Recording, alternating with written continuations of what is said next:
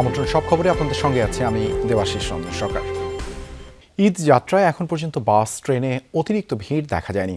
ভোগান্তিহীন যাত্রা নৌপথে সময় মতো ছাড়ছে ট্রেন, তবে দক্ষিণের যাত্রায় নদীপথের ঘরমুখদের কিছুটা দুর্ভোগ রয়েছে। যথারীতি বাসে অতিরিক্ত ভাড়া নেওয়ার অভিযোগ যাত্রীদের। বুধ বৃহস্পতিবার যাত্রী চাপ আরও বাড়বে ধারণা সংশ্লিষ্টদের।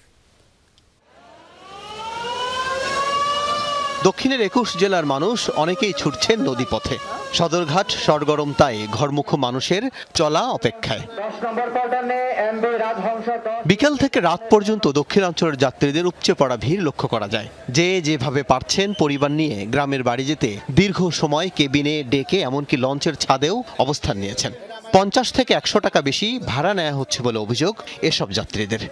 মোট ৭ দিন, তো ভাবতেছি বাড়িতে যাই কাটাই সবার সাথে, ফ্যামিলির সাথে। মোহাম্মদ বসিলা থেকে ঘাট দিচ্ছে, তো এখান থেকে এই কারণে এখানে ভোগান্তিটা কম। এবার সব শান্তি আছে, সব কান্দে শান্তি, কোনো ফুটপাতের কোনো কিছুই নাই। এদিকে সময় মেনেই রাজধানী ছেড়ে যাচ্ছে ট্রেনগুলো। সন্ধ্যার পরেও ঢাকার স্টেশনগুলোতে এই চিত্র, খুব একটা যাত্রী চাপ নেই। আমি আমার নানির বাসায় যাচ্ছি। ট্রেনটা সঠিক সময় ছাড়ছে, 6:15 ট্রেন 6:15 দিয়ে ছাড়ছে। সবাই সুস্থভাবে মানে ভালোভাবে যাতে পৌঁছাতে পারে। একটু ভোগান্তি হলেও আনন্দ বেশি। তবে উত্তরের ট্রেনে যাত্রী চাপ বেশি লক্ষ্য করা গেছে। কর্মকর্তারা বলছেন ঈদের আগের 2 দিন এই চাপ আরও বাড়বে। জন্য এখন পর্যন্ত আমরা সফলই বলবো, সুন্দর এই যাত্রা স্বাচ্ছন্দ্যে মানুষ বাড়ি ফিরতে পারছে। আর আগামীকালকে হয়তো গার্মেন্টস ছুটি হলে কিছুটা চাপ বৃদ্ধি পেতে পারে, তবে আমরা আমাদের সকল পর্যায়ের কর্মকর্তা আমরা সবাই প্রস্তুত আছি ইনশাল্লাহ। চাপ বেড়েছে সড়ক পথেও, তবে ছুটি লম্বা থাকায় ঈদযাত্রা স্বস্তির হবে এমন আশা ঘরমুখ মানুষের। তবে রয়েছে অতিরিক্ত ভাড়া নেওয়ার অভিযোগ। আগে 700 টাকা ভাড়া ছিল, এখন 600 টাকা ভাড়া নেয়, এই আর কি। সুনামগঞ্জ যাবো 850 টাকা ভাড়া নিছে। আগে নিতে 400 টাকা, আর এখন 800 টাকা গাড়ি ভাড়া। এর আগে গাবতলী টার্মিনাল পরিদর্শনে যান পুলিশ মহাপরিদর্শক ও ডিএমপি কমিশনার। বলেন, বাড়তি ভাড়ার অভিযোগ মেলেনি দুপুর পর্যন্ত। সারা বাংলাদেশে সকল ইউনিটকে বলে দিয়েছি, শুধু ট্রাফিক নয়, এই ঈদযাত্রা সুষ্ঠু সুন্দর করার জন্য সকল ইউনিটের অফিসাররা এবং ফোর্স এখানে ডিপ্লয় থাকবে। দিনভর রাজধানীর প্রবেশ ও বহির্গমন পথে আইনশৃঙ্খলা বাহিনীর সদস্যদের সরব উপস্থিতি ছিল। প্রিয়জনদের সাথে সাক্ষাৎ করতে পারে, তাদের যতটুকু নিরাপত্তা দেওয়ার প্রয়োজন অন্যান্য আইন শৃঙ্খলা রক্ষাকারী বাহিনীর পাশাপাশি র্যাপিড অ্যাকশন ব্যাটালিয়ন মাঠে থাকবে সব সময়। যাত্রাপথে অনাকাঙ্ক্ষিত কিছু না ঘটুক, সেই প্রত্যাশা সবার। আল আমিন হক অহন, যমুনা নিউজ, ঢাকা। ঈদ যাত্রার খবর জানাতে রাজধানীর আবদুল্লাপুর থেকে যুক্ত হচ্ছেন সহকর্মী রেদওয়ান আহমেদ। রেদওয়ান, রাতে যাত্রীদের ভিড় কেমন দেখছেন? ঈদ যাত্রার সার্বিক পরিস্থিতি জানাবেন।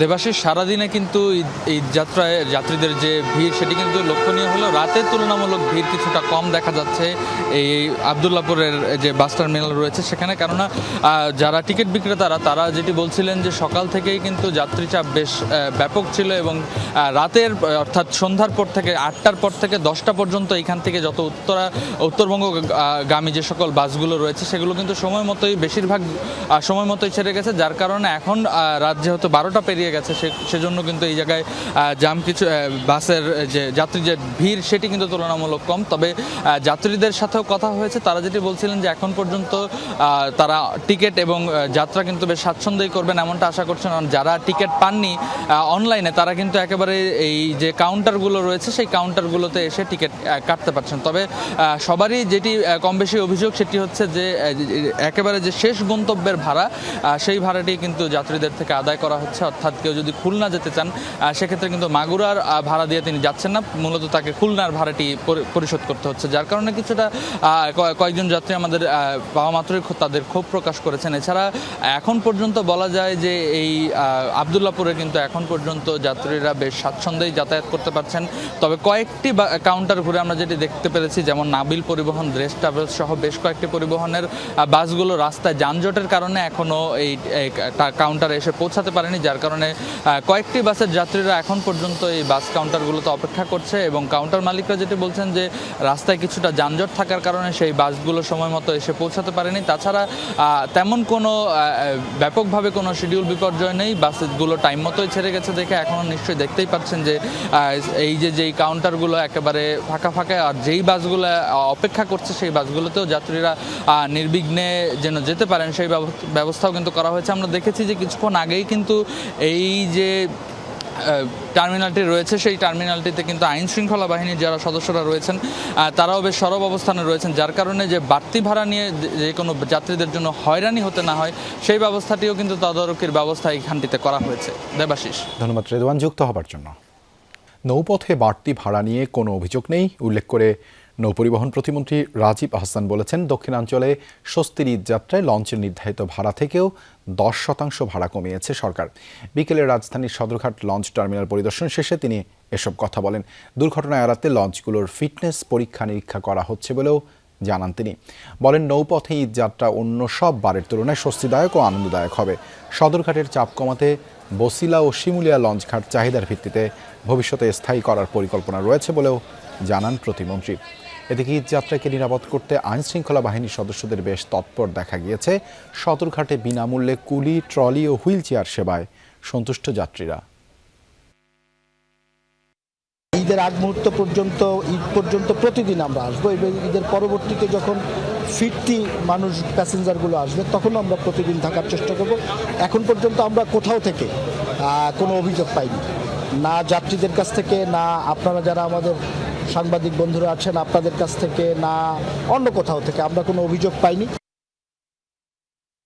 সামাজিক অরাজকতা রোধ, আইন শৃঙ্খলা নিয়ন্ত্রণ ও ঈদ কেন্দ্রিক জনভোগান্তি কমাতে নির্দেশনা দিয়েছেন প্রধানমন্ত্রী তারেক রহমান। মন্ত্রিপরিষদ বৈঠকে এই নির্দেশনা দেয়া হয়েছে। মন্ত্রীরা জানান, প্রধানমন্ত্রীকে সব মন্ত্রণালয় ঈদের সময় সার্বিক পরিস্থিতি নরমাল এবং সুন্দর থাকবে বলে আশ্বস্ত করেছেন। মন্ত্রিপরিষদ সচিব জানিয়েছেন, ধর্ষণ ও নারীর প্রতি সহিংসতার মামলাগুলো দ্রুত নিষ্পত্তির নির্দেশনাও দিয়েছেন প্রধানমন্ত্রী। সভায় চলতি অর্থ বছরের সম্পূরক বাজেটের অনুমোদনও দেওয়া হয়েছে। আলাদা বৈঠকে পহেলা বৈশাখের দিন পরীক্ষামূলকভাবে 22,000 কৃষককে কৃষক কার্ড দেওয়ার সিদ্ধান্ত হয়েছে। ঈদের সরকারি ছুটি শুরু হয়েছে, এর মাঝেই ফাঁকা সচিবালয়ে সকাল 11টায় প্রধানমন্ত্রী তারেক রহমান। প্রথমেই বৈঠক করেন রাজধানীর বর্জ্য ও পরিবহন ব্যবস্থাপনা নিয়ে, যেখানে প্রধানমন্ত্রী বুয়েটের বিশেষজ্ঞ ও ঢাকার 2 সিটির প্রশাসককে দেশীয় কৌশল ব্যবহার করার উপর জোর দেন, যাতে এসব কাজে বিদেশ থেকে যন্ত্রপাতি আমদানি করতে না হয়। রাস্তা থেকে বর্জ্য এগুলা সরিয়ে নেওয়ার কোনো নিষ্কাশনের ব্যবস্থা, যান্ত্রিক ব্যবস্থা তৈরি করা যায় কিনা। আমাদের এই ইলেকট্রিক 3 হুইলার নিয়েও আলাপ হয়েছে, যেটা বুয়েট ডেভেলপ করেছে অলরেডি। এই বর্জ্য ব্যবস্থাপনায় মহানগরীকে ক্লিন করার জন্য যে সমস্ত ভেহিকেল দরকার, গাড়ি দরকার, সেগুলোর ব্যাপারে ওনারা কতটুকু সাহায্য করতে পারবেন, লোকালি বানিয়ে দিতে পারবেন কিনা। ফ্যামিলি কার্ড খাল খনন কার্যক্রমের সফল উদ্বোধনের পর কৃষক কার্ড দেওয়ার কার্যক্রম নিয়ে সংশ্লিষ্ট কমিটির সাথে বৈঠক করেছেন প্রধানমন্ত্রী। সিদ্ধান্ত অনুযায়ী আগামী পহেলা বৈশাখে পরীক্ষামূলকভাবে 22,000 কৃষককে কৃষক কার্ড দেয়া হচ্ছে। টাঙ্গাইল সদর থেকে এই কার্যক্রম উদ্বোধন করবেন প্রধানমন্ত্রী তারেক রহমান। একযোগে 11 উপজেলায় এই কার্ড দেয়া হবে।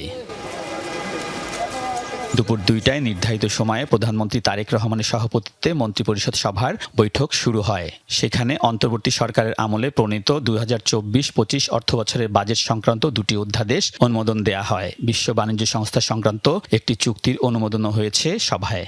সম্পূরক বাজেটের যেটা যে চেঞ্জেসগুলো হলো, যে বছর শেষে যে এই 2টা করা হয়েছে। সামাজিক অপরাধ, বিশেষ করে ধর্ষণ ও নারীর প্রতি সহিংসতা নিয়ে আলোচনা হয়েছে বৈঠকে। প্রধানমন্ত্রী এ সংক্রান্ত মামলা দ্রুত নিষ্পত্তির নির্দেশনা দিয়েছেন। ক্যাবিনেট সুমোটো একটা ডিসিশন নিয়েছে যে যেগুলো ধর্ষণ মামলা হচ্ছে দেশে বা হয়ে এসছে এর আগে, এগুলোর জন্য একটা স্পেশাল ড্রাইভ নেওয়া, সবগুলো মিনিস্ট্রি মিলে, এগুলো রিলেটেড যারা আছেন সবাই মিলে, এবং যে এখানে যতদূর যাওয়া দরকার সমস্ত দূর যাবে, কিন্তু এইগুলো সমাজের থেকে বন্ধ করার জন্য এবং এই জিনিসগুলোকে খুব দ্রুত অ্যাকশন নেওয়ার জন্য ব্যবস্থা করা হচ্ছে। মন্ত্রিপরিষদ বৈঠকে জ্বালানি ও আইন শৃঙ্খলা পরিস্থিতি, সেবামূলক কার্যক্রম ও জনভোগান্তি কমাতে অনির্ধারিত আলোচনা হয়েছে। সমাজে কিছু অরাজকতা হচ্ছে, সেগুলো কিভাবে আমরা কন্ট্রোলে আনতে পারি সেগুলো নিয়ে আলোচনা। ঈদ রিলেটেড জনভোগান্তি কমানোর জন্য কি করা যেতে পারে সেগুলো রিলেটেড মাননীয় প্রধানমন্ত্রীর অনেক দুশ্চিন্তা আছে, উনি সেগুলো রিলেটেড কিছু ফাইনাল সিদ্ধান্ত দিয়ে ফাইনাল ঈদের আগের ক্যাবিনেট মিটিং শেষ হলো। মাননীয় প্রধানমন্ত্রীকে আস্থা দিতে পেরেছেন সব মন্ত্রণালয় যে অবস্থা নর্মাল এবং সুন্দর থাকবে। সর্বদা আমরা এই ঈদ উপলক্ষে জনস্বার্থে, জনগণের প্রয়োজনে সবসময় কথা বলেছি, পাশে থেকেছি, এখন তো আরও দায়িত্ব নিয়েই পাশে থাকবে। যেসব এলাকায় সম্প্রতি ঝড়, শিলাবৃষ্টি ও ফ্লাশ ফ্লাড হয়েছে এর ক্ষয়ক্ষতির তালিকা করতে কৃষি, খাদ্য ও ত্রাণ মন্ত্রণালয়কে নির্দেশনাও দেওয়া হয়েছে মন্ত্রিপরিষদের বৈঠকে। ঈদের ছুটিতে অফিস করে প্রধানমন্ত্রী মন্ত্রীদের নানা নির্দেশনা দিলেন। ঈদের সময় সাধারণ মানুষ যেন স্বস্তিতে ঈদ করতে পারে, এজন্য যেন মন্ত্রীরা তাদের নিজ নিজ এলাকায় সচেষ্ট থাকেন। আলমগীর স্বপন, যমুনা নিউজ, ঢাকা। বিরোধী দল যে জনগণের কল্যাণে কাজ করতে পারে সেই উদাহরণ তৈরি করবে জামায়াত, এমন মন্তব্য করেছেন বিরোধী দলীয় নেতা ও জামায়াত আমির ডক্টর শফিকুর রহমান। বলেন, দেশের ঘাড়ে আবারও আধিপত্যবাদ চাপিয়ে দেওয়ার চেষ্টা হলে জনগণ তা মানবে না। একটি দেশ বাংলাদেশের জন্য কোনো অবদান না রাখলেও দেশের সার্বভৌমত্ব হুমকিতে ফেলেছিল বলেও মন্তব্য করেন ডক্টর শফিকুর রহমান। সোমবার মিরপুর 10 নম্বরে চীনা দূতাবাসের সহায়তায় ঢাকা 15 আসনের নিম্ন আয়ের মানুষদের মাঝে ঈদ সামগ্রী বিতরণ করে জামাত। এই আয়োজনে উপস্থিত ছিলেন চীনা রাষ্ট্রদূত ইয়াও ওয়েন ও বিরোধী দলীয় নেতা ডাক্তার শফিকুর রহমান। অনুষ্ঠানে ডাক্তার শফিকুর রহমান বলেন, দেশের ঘাড়ে আধিপত্যবাদ চাপিয়ে দেওয়ার চেষ্টা হলে তা মেনে নেওয়া হবে না। তিস্তা প্রকল্প বাস্তবায়নে জামাত যে কোনো সহায়তায় প্রস্তুত বলেও জানান তিনি। একটা কথা খুবই পরিষ্কার, আমাদের ঘাড়ের উপর আমরা কারো আধিপত্য মেনে নেব না। অত্যাচার নেওয়া হয়েছে, এই বোঝা আমরা ফেলে দিয়েছি, এই বোঝা জাতি আর নিজের ঘাড়ে উঠাবে না। আমাদের যুব সমাজ একদম এটা সহ্য করবে না। ডাক্তার শফিকুর রহমান এ সময় চীনের প্রশংসা করে বলেন, কোনো দেশ কিছু না দিয়েও যখন তখন এদেশের সার্বভৌমত্বে হস্তক্ষেপের চেষ্টা করে। চীন এমন একটি দেশ যা আজ পর্যন্ত স্বাধীন বাংলাদেশের আভ্যন্তরীণ কোনো বিষয়ে তারা কোনো হস্তক্ষেপ করেনি। অনেকে বাংলাদেশকে কিছু না দিয়েই, বাংলাদেশ থেকে সব কিছু নিয়েই তারা যখন তখন হস্তক্ষেপ করেন, কিন্তু চীন তা করে না। আগামীতেও চীনের সহায়তা অব্যাহত থাকবে বলে প্রত্যাশা ব্যক্ত করেন বিরোধী দলীয় নেতা। শামীম রেজা, যমুনা নিউজ, ঢাকা। পূর্ব শত্রুতার জেরে ব্রাহ্মণবাড়িয়ার নাসির নগরে দুই গোষ্ঠীর সংঘর্ষে আহত হয়েছেন অন্তত 25 জন। বিকেলে উপজেলার গোয়ালনগর গ্রামে এই ঘটনা ঘটে। পুলিশ জানায়, নির্বাচনের দিন কেন্দ্রে অনিয়মের অভিযোগে বিএনপি সমর্থক রহিম তালুকদার গোষ্ঠীর জিয়াউর রহমানকে আটক করে যৌথ বাহিনী। পরে ভ্রাম্যমাণ আদালত তাকে 10 দিনের কারাদণ্ড দেন। এই ঘটনায় প্রতিপক্ষ কাশেম মিয়া গোষ্ঠীর শিশু মিয়াকে সন্দেহ করে জিয়াউর। কয়েকদিন আগে শিশু মিয়াকে আটক করে মারধরের পাশাপাশি তার মোটরসাইকেল ছিনিয়ে নেয় জিয়াউর। এই নিয়ে দু গোষ্ঠীর মধ্যে উত্তেজনা বিরাজ করছিল। মঙ্গলবার সকালে রহিম গোষ্ঠীর লোকজন কাশেম গোষ্ঠীর লোকদের বাড়িতে হামলার চেষ্টা করে। এ নিয়ে বিকেলে উভয় গোষ্ঠী দেশীয় অস্ত্র নিয়ে সংঘর্ষে জড়ায়। এক পর্যায়ে পুরো এলাকা রণক্ষেত্রে পরিণত হয়। ধাওয়া পাল্টা ধাওয়া ও সংঘাতে আহত হন অন্তত 25 জন। চট্টগ্রামের আনোয়ারায় শোয়ার ঘর থেকে মা ও শিশু কন্যার ঝুলন্ত মরদেহ উদ্ধার করেছে পুলিশ। মঙ্গলবার বিকেলে উপজেলার ওয়াপঞ্চক গ্রাম থেকে উদ্ধার হয় সুমি আক্তার ও ওয়াজিহা আক্তারের মরদেহ। স্বজনরা জানায়, কয়েক বছর ধরে সুমিকে নিয়ে গুচ্ছ গ্রাম আশ্রয়ন প্রকল্পে বসবাস করতেন স্বামী মিজান। দাম্পত্য কলহ চলছিল তাদের। সুমির মায়ের দাবি, তার মেয়ে ও নাতনিকে হত্যা করা হয়েছে। স্বামী মিজানকে জিজ্ঞাসাবাদের জন্য আটক করা হয়েছে। টাঙ্গাইলের মির্জাপুরে নিখোঁজের 4 দিন পর ওয়ার্ড যুবদলের এক নেতার মরদেহ উদ্ধার করেছে পুলিশ। এই ঘটনায় 2 জনকে আটক করা হয়েছে। মঙ্গলবার রাতে উপজেলার কুঁড়াতলি গ্রামের একটি ইট ভাটা থেকে মাটি চাপা দেওয়া অবস্থায় উদ্ধার হয় ইউসুফ মিয়ার মরদেহ। স্বজনরা জানায়, মাটির ব্যবসা নিয়ে স্থানীয় রিজন ও হানিফের সাথে বিরোধ ছিল ইউসুফের। গত 14 মার্চ তারা পুলিশ পরিচয়ে ইউসুফকে ফোন করে বাড়ি থেকে ডেকে নিয়ে যায়। এরপর থেকে নিখোঁজ ইউসুফ। পরে মির্জাপুর থানায় জিডি করে পরিবার। পরবর্তীতে তথ্য প্রযুক্তির সহায়তায় রিজন ও হানিফকে আটক করে পুলিশ। তাদের দেওয়া তথ্যের ভিত্তিতে উদ্ধার করা হয় ইউসুফের মরদেহ। এই ঘটনায় আইনি ব্যবস্থা প্রক্রিয়াধীন। তারেক রহমানের নির্বাচনী প্রতিশ্রুতির বাস্তবায়ন শুরু হয়েছে, যার সুফল পাচ্ছে মানুষ, এমনটাই জানিয়েছেন জাতীয় সংসদের হুইপ রুহুল কুদ্দুস তালুকদার দুলু। মঙ্গলবার বিকেলে নাটোরের নবাব সিরাজউদ্দৌলা সরকারি কলেজ মাঠে জেলা বিএনপির আয়োজনে ইফতার ও দোয়া মাহফিলে এসব কথা বলেন তিনি। আরও বলেন, সাবেক প্রেসিডেন্ট জিয়াউর রহমানের সময় শুরু হওয়া খাল খনন কার্যক্রম দীর্ঘদিন বন্ধ ছিল। বিএনপি ক্ষমতায় এসে আবারও খাল খনন শুরু করেছে, যার সুফল পাবে দেশের কৃষক। জিয়াউর রহমান সাহেব যখন ক্ষমতা ছিলেন, যখন খাল খনন করেছিলেন, আপনারা দেখেছেন বাংলাদেশ খাদ্যে স্বয়ংসম্পূর্ণ হয়েছিল। ইনশাল্লাহ আগামী দিনে বাংলাদেশের খাদ্যের আর অভাব থাকবে না। সুবিধাবঞ্চিত ও স্বল্প আয়ের মানুষের মাঝে ঈদের উপহার সামগ্রী বিতরণ করেছেন গাজীপুর সিটি কর্পোরেশনের প্রশাসক শওকত হোসেন সরকার। মঙ্গলবার দুপুরে কাশিমপুরে তার নিজ বাসভবনের সামনে 15,000 মানুষের মাঝে এসব উপহার বিতরণ করা হয়। শওকত হোসেন সরকার বলেন, প্রধানমন্ত্রীর নির্দেশে মানবিক সহায়তার অংশ হিসেবে অসহায় মানুষের মাঝে শাড়ি ও লুঙ্গি বিতরণ করা হয়েছে। এ সময় তার স্ত্রী শিল্পী সরকার সহ সিটি কর্পোরেশনের কর্মকর্তারা উপস্থিত ছিলেন। জনাব তারেক রহমানের নির্দেশে তার পক্ষ থেকে আজকে আপনাদেরকে আমি ঈদ শুভেচ্ছা উপহার পৌঁছে দেব। নারায়ণগঞ্জে জাতীয় পুরস্কারপ্রাপ্ত মাতৃভূমি সমাজ কল্যাণ ফাউন্ডেশনের উদ্যোগে 2000 পরিবারের মাঝে শাড়ি, লুঙ্গি সহ বিভিন্ন ঈদ উপহার বিতরণ করা হয়। মঙ্গলবার বিকেলে সোনারগাঁয়ের জামপুর ইউনিয়নের মহজমপুর স্কুল মাঠে এসব ঈদ সামগ্রী বিতরণ করা হয়। প্রধান অতিথি ছিলেন নারায়ণগঞ্জ 3 আসনের সংসদ সদস্য ও মাতৃভূমি সমাজ কল্যাণ ফাউন্ডেশনের প্রধান উপদেষ্টা Azharul Islam Mannan. Sirajganj north west power generation company লিমিটেডের কর্পোরেট সামাজিক দায়বদ্ধতা কর্মসূচির আওতায় 800 অসহায় পরিবারের মাঝে ঈদ উপহার বিতরণ করা হয়েছে। মঙ্গলবার সদর উপজেলার সয়দাবাদ মাদ্রাসা ও কবরস্থান মাঠে এসব উপহার বিতরণ করা হয়। প্রধান অতিথি ছিলেন জেলা প্রশাসনের অতিরিক্ত ম্যাজিস্ট্রেট আসাদিক জামান। এদিকে ব্রাহ্মণবাড়িয়ার আশুগঞ্জে জেলা প্রশাসনের উদ্যোগে চাতাল নারী শ্রমিকদের স্কুল শিক্ষার্থী সন্তানদের মাঝে ঈদ উপহার বিতরণ করা হয়। মঙ্গলবার উপজেলার খড়িয়ালা চাতালকল এলাকায় এ আয়োজন করা হয়। অনুষ্ঠানের প্রধান অতিথি উপজেলা নির্বাহী অফিসার রাফে মোহাম্মদ ছড়া শিশুদের হাতে ঈদ উপহার তুলে দেন। যমুনা ফিউচার পার্কে প্রতি বছরের মতো এবারও পবিত্র ঈদ উল ফিতর উপলক্ষে চলছে কোটি টাকার ঈদ উপহার ক্যাম্পেইন। মোবাইল অ্যাপ থেকে রেজিস্ট্রেশন করে যে কোনো ক্রেতাই এই ক্যাম্পেইনে অংশ নিতে পারবেন।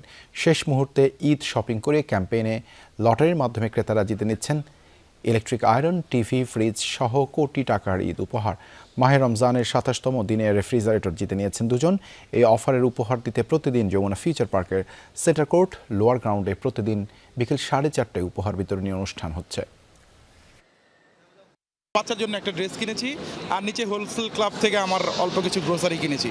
কিনে যাওয়ার পথে তো এখানে আসলাম, পরে ভাইয়ারা লটারি করলো, তো মাশাল্লাহ আমি তো দেখলাম যে আমি ফ্রিজ পেয়ে গেছি। জীবনে তো অনেকবারই শপিং করেছি, কখনো আসলে এরকম কোনো কিছু জিতা হয় না, যে কারণে হচ্ছে এই জিনিসটা আমি দেখেছি, দেখার পরেও হচ্ছে আমার কাছে আগ্রহ তৈরি হয় নাই যে আসলে এটা পেতে পারি। প্রতিদিনই শত শত ক্রেতা সাধারণকে আমরা বিভিন্ন টেলিভিশন, রেফ্রিজারেটর, বিভিন্ন ইলেকট্রনিক্স ইকুইপমেন্ট এবং আরও নানান উপহার সামগ্রী আমরা দিতে সক্ষম হচ্ছি এবং আমরা এটি 4 রাত পর্যন্ত আমাদের অ্যাক্টিভিটি চলবে। এই ছিল সব খবরের আজকের আয়োজনে। এতক্ষণ সাথে থাকার জন্য ধন্যবাদ সবাইকে।